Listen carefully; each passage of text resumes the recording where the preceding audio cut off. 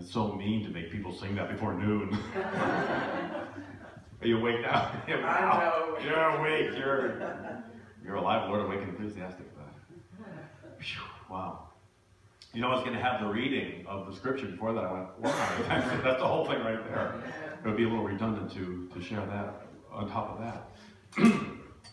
Elizabeth Kubler-Ross, the psychologist and expert in life after death experiences, created what's called the 5 stages of grief model.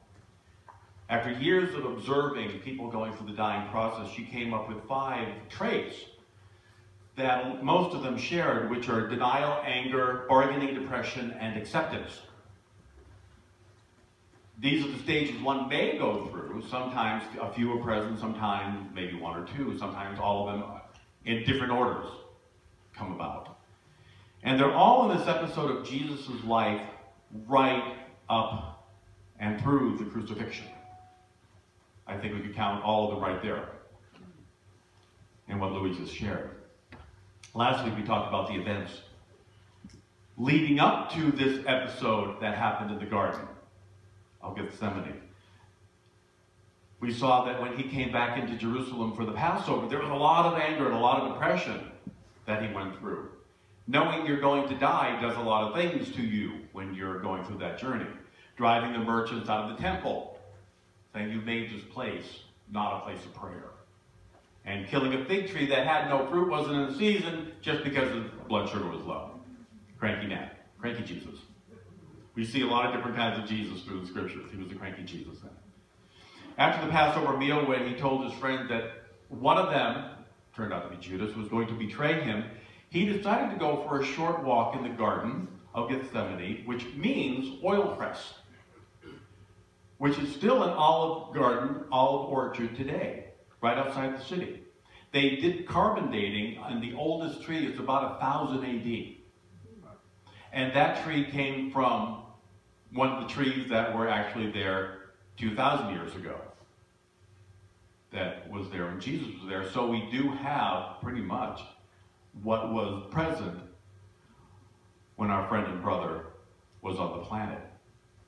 So after dinner, Jesus took his 3 closest friends, Peter, James, and his brother John, for a walk in this garden, in the orchard. He told them he was grieving for his life, that he was really sad, and that he was going to go a little bit away to pray if they would all wait for him right there till he finished. So he threw himself on the ground. He begged the stage of bargaining for God not to let the crucifixion happen, let this cup pass me by. But he came to know, he said, whatever happens, your will be done. He goes back to join his 3 friends, and they're conked out from communion wine. They are fast asleep, they're snoring, and he is so angry. He said, you can't stay awake with me for an hour? Come on, be friends here. So 2 more times the scene played out. He goes away, he prays, he comes back to asleep, he yells at them. He goes, prays again, comes back again, yells at them again, and he goes away again. So 3 times he's back and forth doing this thing. Now the metaphysical interpretation of this is a really powerful and very important lesson for us. In our new thought philosophy, we don't read scripture, for the most part, literally. It often doesn't make sense when you read it literally. And the stories were never meant to be taken that way. People who were around when they were developed, when the stories first came up, they knew that they were hearing a story that was an inner truth. So Jesus, representing our God self that you and I are, fully human and fully divine, is fully in breakdown mode. That happens. I don't care how spiritual you think you are. I don't care how long you've been coming to New Thought, philosophy, unity, religious science. You are fully human, fully divine, and fully freaking out. At least some of the time. That happens while we're on the planet. Part of the challenge I have with our metaphysical teachings is that we often don't allow for the fact that we are human for a reason. That we came to the planet to take human form to learn about who and what we are. We chose to take this form to learn about our divinity. And what I've heard from mystics and others from the other side is that this is the hardest form to learn our spiritual lesson in the universe. That if you can do this in human form, you can do it anywhere. Anywhere in God's universe, if you can learn through being in these bodies, then you will get it no matter where you are. But here, when we go to church, we go to a center, we go to workshops, we somehow think that we can skip the human part and go right to the divine. Now that can happen once in a while, and it's really wonderful when it does. But we're not failures if we have to go through the human journey first. And a lot of times in unity, religious science, and other systems, they're so absolutist we feel like a failure if we're not being spiritual. Well, the truth is, we are spiritual. We are fully human, fully divine, as we are doing this process. It's a goal, certainly. Sometimes, again, we can do it immediately. There was one time my house was burglarized outside of Unity Village, of all places. And they took a number of things, and I got really angry, and I heard Spirit say, "Forgive." I said, it just happened. Give me a little time. And I heard Spirit say, "Do you believe this stuff you're learning?" So I threw myself on the ground, and I said, "I forgive you, you son of a bitch." That was my affirmation for about an hour. And finally, it clicked, and I said, "I forgive you, because you did not know any better. If you knew better, you would have not done this." So things didn't come back, but I was able to release it. That happens when we're really listening, and sometimes it's more of a journey of 10, 20, 30 years of forgiveness, right? Sometimes it takes a long time to be in that place. So again, we've chosen to come here to learn through these human bodies, this human experience that we're having. Into this planet, in these bodies, with our families, with this really interesting collection of people in our lives we call our friends, our relatives, our co-workers. And what are we here to do? We're here to learn how to love, learn how to be loved, learn how to function as human, and learn how to function as divine. No wonder we're exhausted. This is a lot of stuff that we have going on here. We're always juggling, we're spinning plates. We look like we're on the Ed Sullivan Show. Remember that? Everything always happening at one time. Well, that's what life is here. It's a lot to do, but that's why we have a number of lifetimes that we come back here. Now, I'm told by these people who know about these things, these reincarnation things, that we have about 40 to 50 lifetimes average. How many have you had already? Doesn't it feel like we've had quite a few already? It's like, haven't I got this yet? Well, obviously not. It's an unfolding process that we're in here. Now, Jesus knew his oneness more clearly than I believe anybody else on the planet ever has. And still, he had a major freak out about his impending death. Now, you'd think Jesus knows about this stuff. But even then, the life force is very strong, and the life force keeps us here. Because we're supposed to be here for whatever time that we are. So again, freaking out, fully human, fully divine, fully freaking out. That is what we do sometimes. Be okay with that. It's part of the healing process. So Tim Rice's lyric that Louis has shared with us, why am I scared to finish what I started? No, what you started. I didn't start this. It's not me, it's you. God, thy will is hard, but you hold every card. Is God's will hard? Sometimes it feels hard. What is God's divine will? What is God's divine plan for all of us? For joy. To be happy, to be fully embracing the good, the life, the abundance of everything here. But sometimes getting there is difficult. It seems like God's will is hard. The will is not hard. It's our journey that can be tricky. Does God have an ace card up the sleeve that he's holding against us? Of course not. It just feels like it sometimes. Now, of course, this is the artist imagining of what Jesus, in his mind, might have been going through in the garden. What goes through our minds when we're in crisis? Where are you, God? Why am I so alone here? Why do I keep banging my head against the wall and nothing seems to be happening? This is the result of my spiritual practice. Maybe I shouldn't practice anymore. People would call it silent unity. Call the prayers off. It's getting worse. Say, no, it's just a process. Call it up. Okay, we're calling it off. It's all good. Bye-bye. People think there's too much God at work. There's too much something happening here. Tithing, study, workshops, getting up early on Sunday morning and volunteering, setting my clock ahead. Are you kidding for this? My God, what does that get me? I affirm health and wholeness, and there's cancer? Knowing I'm prosperous and I got fired with no other means of income? Holding that I am loved and loving as I keep hearing every Sunday, and then it getting dumped after 20 years for a new model? Feels like 90. So Jesus has taken his three closest friends, Peter, James, and John, with him into the garden. Now, in metaphysical Bible interpretation, Peter represents faith, John represents love, and James represents wisdom. So Jesus, the Christ, is taking love, wisdom, and faith with him on the journey. So what happens during a crisis in your life? Faith, love, and wisdom go into a coma. Completely check out. Where's my faith? Have you had trouble with your faith sometimes? Like, I just don't feel it. I don't know. I just don't feel God. I don't feel love. I don't feel wise at all. Out the door, totally not present when I'm focusing on the problem. All the lessons from Sundays on CD that you know better than I do. You keep telling me I did something. I said something. I said, did I really? I don't remember. Gone. All the wonderful affirmations that you love.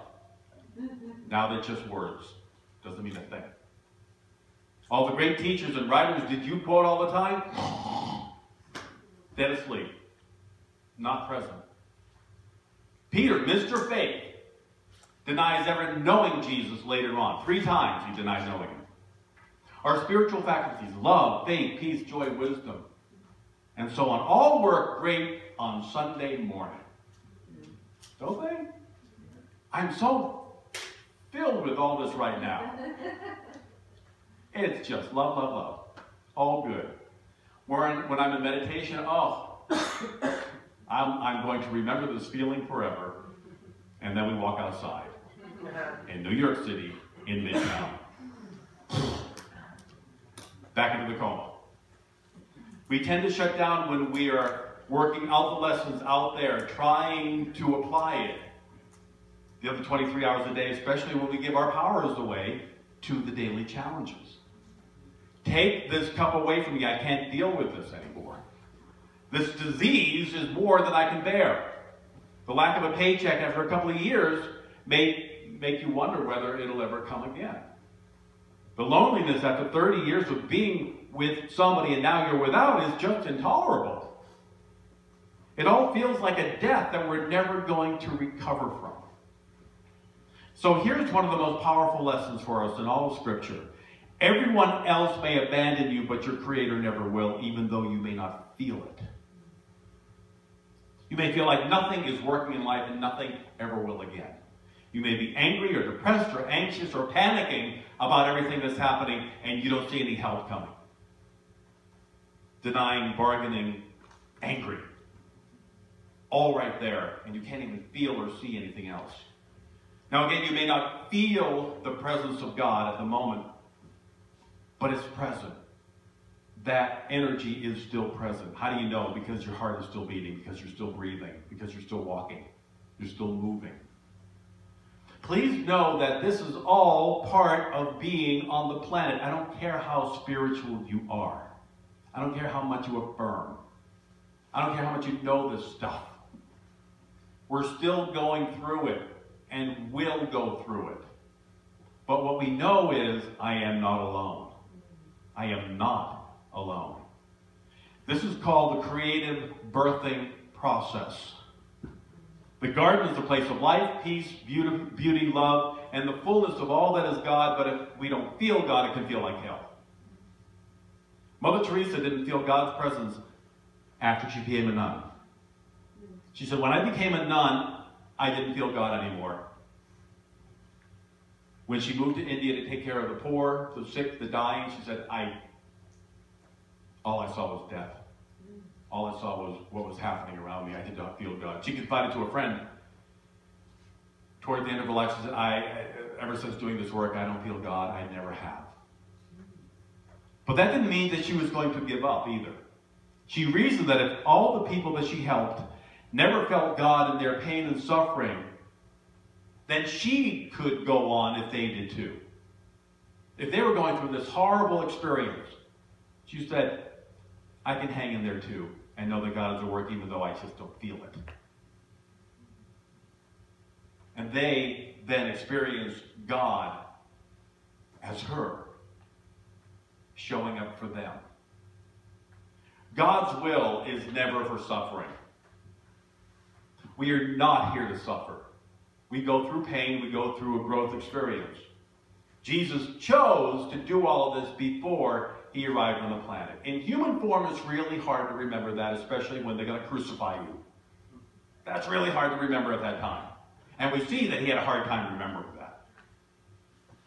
So he could have made other choices. He could have not returned to Jerusalem. He could have gone back to making coffee tables in Bethlehem. He could have had a family and kids, taught the kids to walk on water. They could have toured for years. Nope. Instead, he chose to prove the truth of God. He said, I know that you are here even though I'm petrified here. When he was on the cross, what did he say? Why have you forsaken me? Where are you? Mother Teresa chose to prove the love of God when she couldn't feel it herself. You are here to prove that there's only one power at work in you, working through your human framework and into your divine self, so that it can continue to do the work for you. Even though you cannot maybe feel God at this present moment. Yesterday I was chatting with an actor friend going through the pain of the creative process. This pain, this birthing process is called rehearsal. Now, if you've never been in rehearsal for a show, it can be a very interesting experience of discovery, and it can also be pure hell. And really, really frightening. In this show my friend is working on, some cast members are sick, the pianist's loved one passed away, everyone seems to be forgetting their lines, or blocking their music, or even why they're in the show. This is part of the creation process. You get in the middle of it and you wonder what you're doing there. You wonder if you're any good. You're wondering if perhaps you should leave. This is part of creating you, the wonderful, spiritual, divine human being that you are. The unfoldment of your life sometimes seems like nothing is going right or ever will again. Your job is to know that God's plan is only for your highest and best, and you are going through a very blindfolded period. It's just a blindfold. You just seem to be feeling your way, but you're moving forward. Getting to the best is often a very hard journey, called the valley of the shadow of death experience, or the dark night of the soul. Anybody going through the dark night of the soul right now? Okay, about 6 of you and the rest are lying. We're continually going through it. In the valley, out of the valley, in the valley, out of the valley, and that's the way the path works. No matter how good it is, sometimes you go, oh, I am so in the valley right now. What did I do? What did I do to cause this? Nothing. You did nothing to cause this, but be on the path, on the process of becoming and knowing who and what we are. It's very, very important to have a compassionate outlook for yourself, to have love for yourself as you're going through this. You've got to treat yourself well. You've got to be good to yourself. You're not doing anything wrong. You're giving birth. You're giving birth, and it feels like death. Be open, be vulnerable, be awake, be loving to yourself as you open up to a new way of perceiving the powerful creation of spirit that you are. Know that it's a process and it's good. And it hurts. And it's scary. And it's wonderful. And it's positive. And it's negative. And it's icky. And it's great. And just be with it. And surround yourself with people who know that and will encourage that. And see through that to who and what you truly are. Thich Nhat Hanh teaches, in truth, there's no birth nor death. There's only manifestation. The wave of the water is free from birth and death, free from being and non-being. A wave is a wave. So take a look at your program for a moment. This bulletin, this program, this is the current manifestation of this thing. It's now a Sunday morning bulletin for Spiritual Arts Center in New York. Now, if you cut out the affirmation and you stick it on your computer, it becomes an affirmation card. It's no longer a bulletin, it's just an affirmation. If you recycle it, in a year or two, it could become tissue paper for your Christmas wrapping. Totally different. But at other times, it was a tree. It was wood pulp. It was a seed. It was dirt. It was sunshine. It was rain. It was ink. It was pink dye, which came from somewhere else. It became a Sunday bulletin due to a divine idea that I and others have manifested and formed into what looks like a permanent Sunday bulletin. But it's not. You are not exactly the same as you were a year ago. Yourselves and thoughts have evolved. 10, 20, 30 years ago, you were very different. Although that's still in you, as the tree is still in the bulletin. It's not a tree anymore, but the tree is present. Do we see that? Yeah. The rain is present in here. The sunshine is present in this, just as it is in you. You get to recreate the true you over and over again. How do you want it to look? What do you want it to be? You get to call the shots. I call this as a Sunday bulletin. You get to call your life what you want it to be. You are a creative, healthy, prosperous, loving, light-filled God being, even though you can't see it right now, and even though you may not feel it right now. Doesn't matter. I can call this anything I want to. It's a Sunday bulletin. I have no judgment around it. It just is what it is. What you're going through is a process of becoming more of who and what you are. Hold on to this idea that you are perfect right now. If you're going through this rebirth and death process, which we always are. You are resurrecting from the valley of the shadow, pain, into something stronger, healthier, more creative, more loving, more astonishing than you could ever imagine your life to be. You get to call what that is. You get to say, here is who I am. Here is what I am. And holding to that truth, no matter how painful it might be, it will unfold. Hold on. God's not done with you yet. And never will be. Take a breath.